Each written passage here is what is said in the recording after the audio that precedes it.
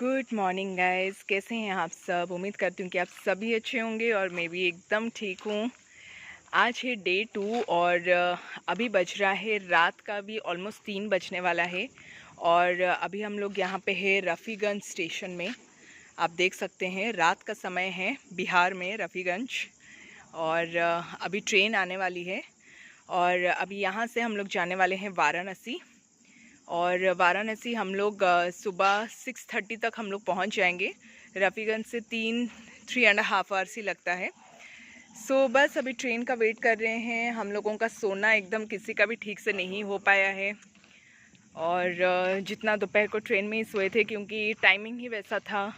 अब जो भी सोएंगे कल सुबह जाकर होटल में ही थोड़ी देर रेस्ट करके फिर जैसा जो प्लान रहेगा वैसे करेंगे। सो ये रहे सब वहाँ वेट कर रहे हैं। तो चलिए अभी मैं सीधा आप लोगों से मिलती हूँ कल सुबह वाराणसी में। सो अंकित भैया के घर पर पूरा नहा धोकर मैं फ़्रेश हो गई थी क्योंकि इतना ज़्यादा बिहार में यहाँ गर्मी है कि मतलब एसी से एकदम बाहर ही नहीं निकला जा पा रहा है। तो नहा धोकर पूरा फ्रेश हो गई थी और फिर उसके बाद बहुत ही टेस्टी सा बिहारी स्टाइल चिकन करी बना था, राइस जो कि आंटी बनाई थी एंड बहुत टेस्टी था। आराम से हम लोग खाए पिए और फिर उसके बाद रेस्ट ले रहे थे और एसी में ही थे। जैसे ही एसी से अभी हम लोग बाहर निकले हैं गाइस, पूरा हालत ख़राब हो रहा है। सो अभी सीधा ट्रेन आएगा, ट्रेन में अभी चढ़ जाएंगे, थोड़ी देर के लिए ऐसे ही नैप ले लेंगे और फिर सीधा मैं आप लोगों से मिलूँगी सुबह वाराणसी में। सो हर हर महादेव।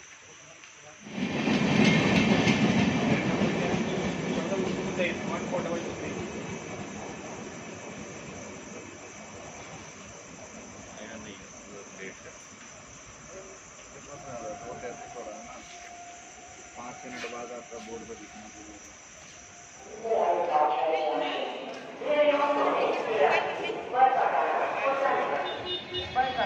यहाँ पर आकर हम लोग पहुँच चुके हैं वाराणसी, महादेव का नगरी।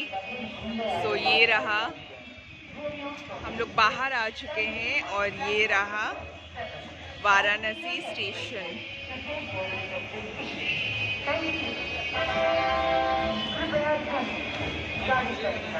अभी हम लोग निकल रहे हैं यहाँ से हमारे होटल के लिए और वहाँ पहुँचकर फ्रेशन अप होकर फिर आगे कैसे क्या रहेगा वो आज का प्लान हम लोग देख लेंगे। फिर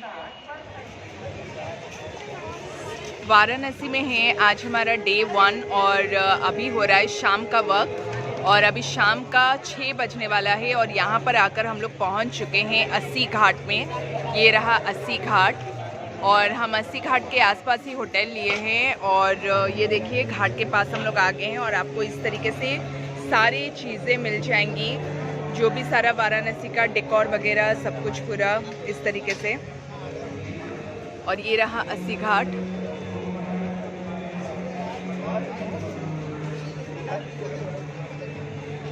ये रहा, ये बहुत ही छोटा वाला घाट है, इससे भी और बड़े बड़े घाट है लेकिन अभी क्योंकि हम लोगों को यहाँ पर फ़ोटो शूट करवाना है और जो भी सारा शूट्स वगैरह रहेगा तो इसलिए हम लोग सबसे पहले यहीं पे शूट करेंगे और उसके बाद फिर आगे बढ़ेंगे। और बाहर से आपको मिल जाएगा जो भी दिया वगैरह है वो सब मिल जाएगा।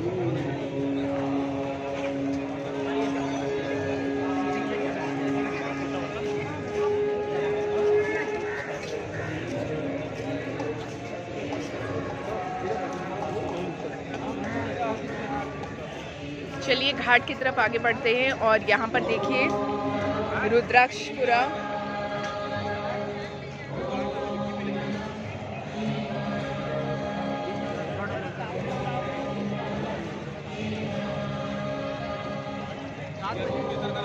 और यहाँ पे ऑलरेडी आकर लोग बैठ गए हैं क्योंकि अभी शायद गंगा आरती शुरू होगा थोड़ी देर में। और यहाँ नाव से उस पार भी लोग जाते हैं, ये देखिए।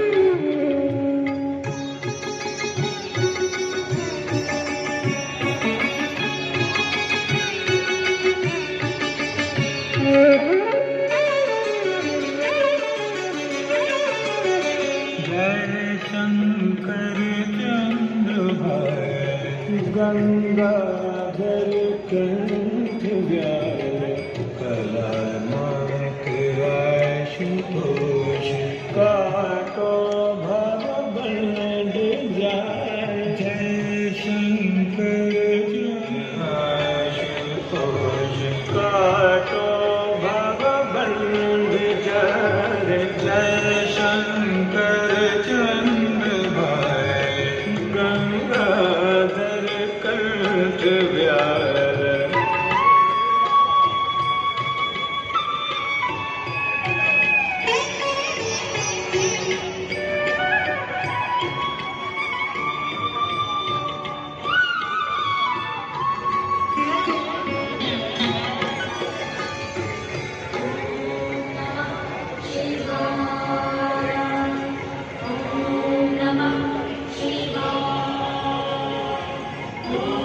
यहाँ पर हम लोग अस्सी घाट पे, जैसे कि मैंने आपको दिखाया, हम लोग पहुँच चुके हैं और अभी यहाँ पर ऑलरेडी लोग बैठ चुके हैं क्योंकि अभी थोड़ी देर में गंगा आरती शुरू होगा।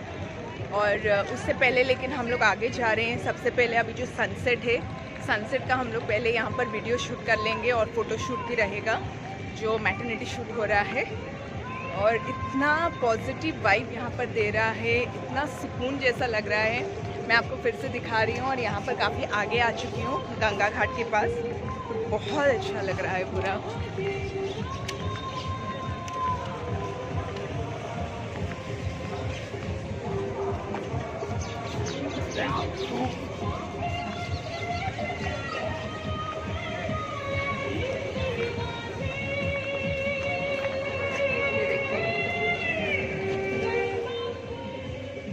इतना पॉजिटिव लग रहा है कि मैं क्या ही आप लोगों को बताऊं। मतलब महादेव के नगरी में आकर हम लोग पहुंच चुके हैं।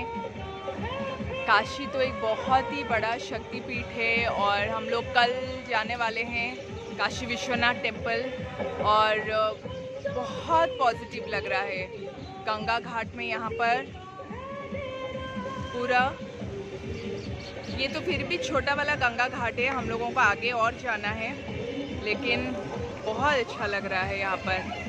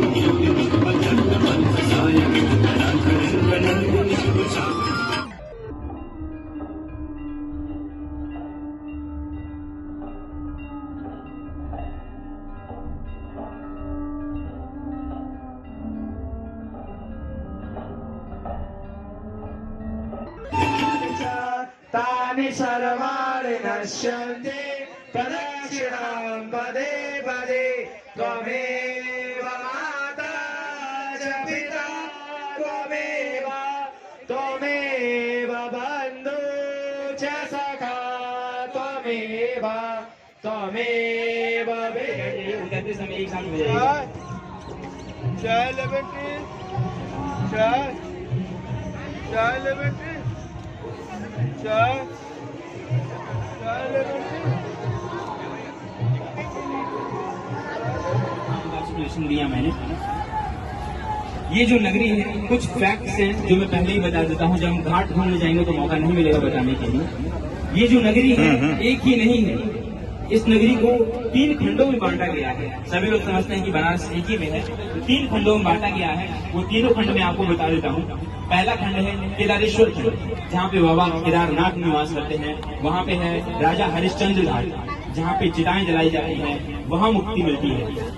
दूसरा खंड है विश्वेश्वर खंड, जहाँ पे स्वयं बाबा विश्वनाथ निवास करते हैं। वहाँ पे है मणिकर्णिका घाट, वहाँ पे चिताएं जलाई जाती हैं, वहाँ मुक्ति मिलती है। तीसरा खंड है ओमकारेश्वर खंड। ओमकारेश्वर खंड में ओमकार निवास करते हैं। वहाँ पे चिताएं तो नहीं जलाई जाती हैं, लेकिन एक बहुत बड़ा कब्रिस्तान है, वहाँ पे दफनाया जाता है डेड बॉडीज को, लेकिन कहते हैं वहाँ पे मुक्ति मिलती है। तो 3 खंडों में बांटा गया है, केदारेश्वर खंड, विश्वेश्वर खंड और ओमकारेश्वर खंड। अभी मैंने आप लोगों को 80 घाट के बारे में बताया। 80 घाट एक घाट और है जो कि बहुत इंपॉर्टेंट है, जरा देख लीजिए। ये मेरे राइट हैंड पे देखिए, वो जो बल्ब जल रहा है 3, तुलसी घाट के नाम से जाना जाता है। वो 3 बल्ब जो जल रहे हैं तुलसी घाट के नाम से जाना जाता है। गोस्वामी तुलसीदास जी ने वहीं पे रामचरितमानस, हनुमान चालीसा जो सभी घरों में पढ़ा जाता होगा, तुलसीदास जी द्वारा तुलसीदास राह रिचेरा कीजिए नाथ जय मंडेरा, यहीं पे लिखे गए थे। यहीं पे तुलसीदास जी गंगा मैया के नित्य प्रतिदिन आरती किया करते थे। जब तुलसीदास जी ने समाधि ले ली तो वही आरती, ये जो भव्य आरती अभी आपने 80 घाट पे देखी, वही तुलसीदास जी वाली आरती यहाँ पे शिफ्ट हो गई। लेकिन आज भी गंगा मैया की आरती तुलसीदास जी के नाम से नित्य प्रतिदिन वहाँ पे होती है। तुलसी घाट माता माहेश्वरी, माता राक्षसी, माता पद्मावती, ये सब ये देखिए ऊपर जो लड़ियाँ लगी हुई है, नीचे बांस लगे हुए बना हुआ दिख रहा है। दरभंगा घाट के नाम से जाना जाता है। बिहार के दरभंगा के राजा ने उस बनाए हुए महल को, जो पेशवाओं द्वारा बनाया गया था, महाराष्ट्र में खरीद लिया था 19वीं शताब्दी में और अपना महल बनाया। लेकिन फिलहाल में ये जो घाट है, वो जो महल है, लग्जरी होटल है, महल नहीं है। अभी हम आ गए हैं दशाश्वमेध घाट पर। ये जो घाट है पूरे 85 घाटों के बीचों बीच बसा हुआ एक घाट है।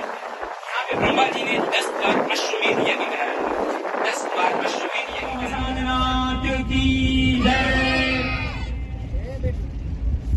यहाँ पे जो चिता की आग है कभी नहीं बुझती है, 1 सेकंड के लिए भी नहीं बुझती है।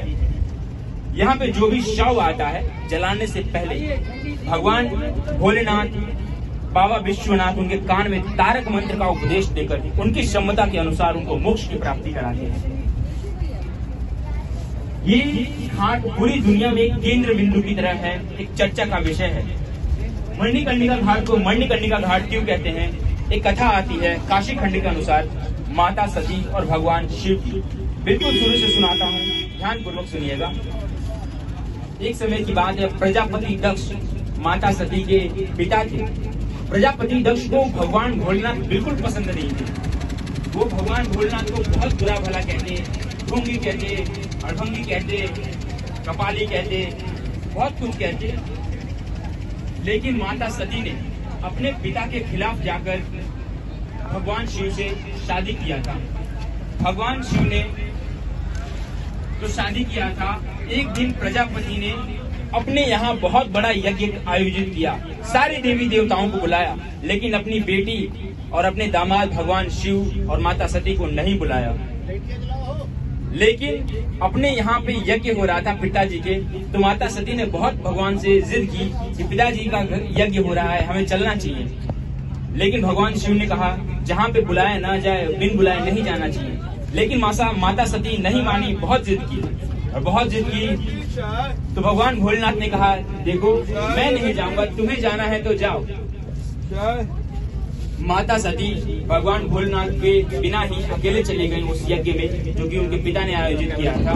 वहाँ पे सारे देवी देवता थे। और मौका पाकर प्रजापति दक्ष ने सारी देवी देवताओं के सामने, माता सती के सामने भगवान शिव की बहुत बेइज्जती की, बहुत बुरा भला कहा, बहुत अपमानित किया भगवान शिव को। और सारे देवी देवताओं के सामने अपने पति का अपमान माता सती बर्दाश्त नहीं कर पाई और वहीं हवन कुंड की अग्नि जल रही थी, उसी में कूदकर अपने शरीर का त्याग कर दिया उन्होंने।